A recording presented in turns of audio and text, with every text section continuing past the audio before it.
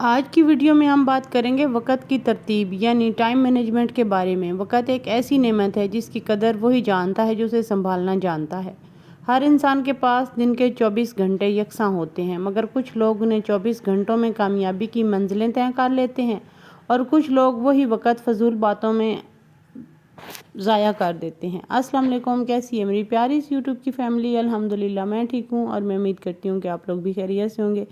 یہاں پہ صبح صبح چائے بن رہی تھی کیونکہ ویکنڈ تھا، بچے گھر پہ ہی تھے، تو آج میرا ڈے تھا لانڈری ڈے، کیونکہ سیٹرڈے کو میں کپڑے دھوتی ہوں، تو آج سارا دن کپڑے دھوتے ہیں، گھر کے کام کرتے ہیں اور اپنا ٹاپک ڈسکس کرتے ہیں۔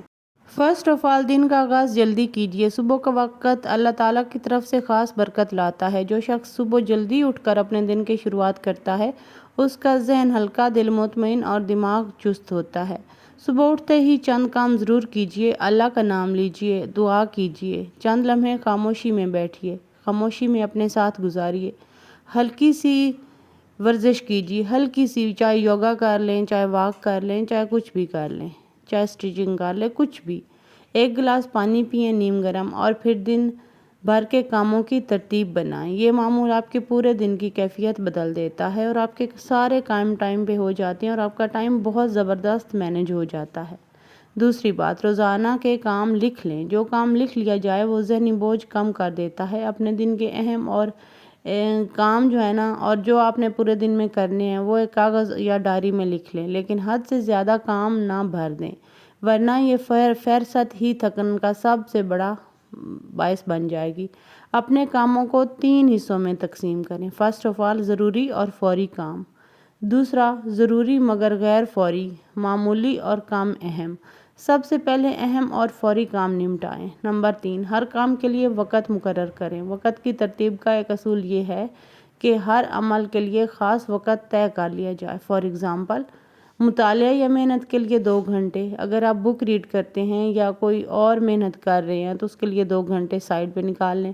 کھانے اور آرام کے لیے ایک مخصوص وقفہ رکھیں۔ گھر کے کاموں کے لیے الگ وقت اور اپنے لیے الگ کچھ لمحے۔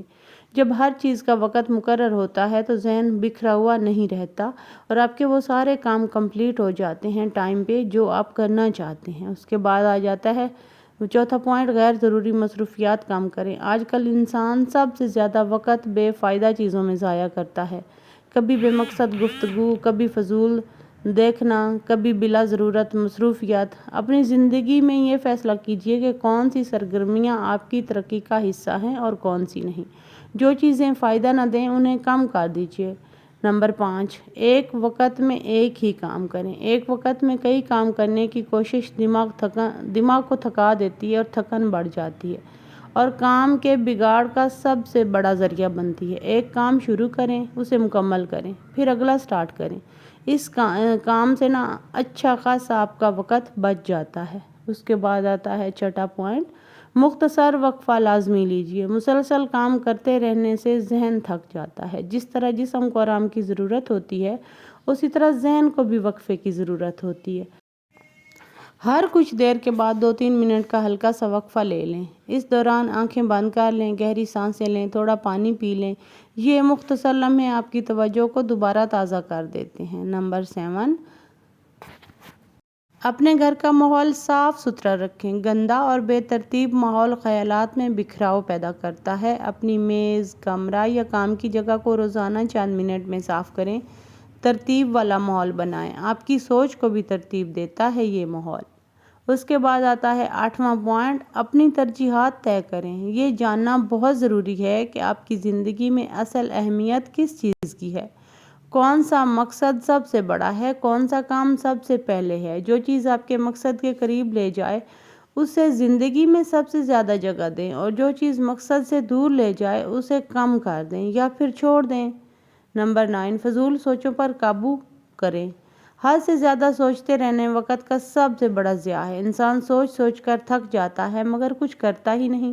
ایک اصول اپنا لیں، کام شروع کیجیے چاہے دل نہ بھی چاہے۔ عمل کے بعد خود بخود ہمت بڑھ جاتی ہے۔ 10واں پوائنٹ، رات کا وقت پوری ترتیب سے گزاریں۔ اگلے دن کی کامیابی رات کی منصوبہ بندی سے شروع ہوتی ہے۔ سونے سے پہلے اگلے دن کا لباس نکال لیں، ضروری اشیاء تیار رکھیں، کاموں کی مختصر فہرست لکھ لیں، بستر صاف کریں اور وقت سے سو جائیں۔ اچھی نیند اگلے دن کی طاقت بن جاتی ہے۔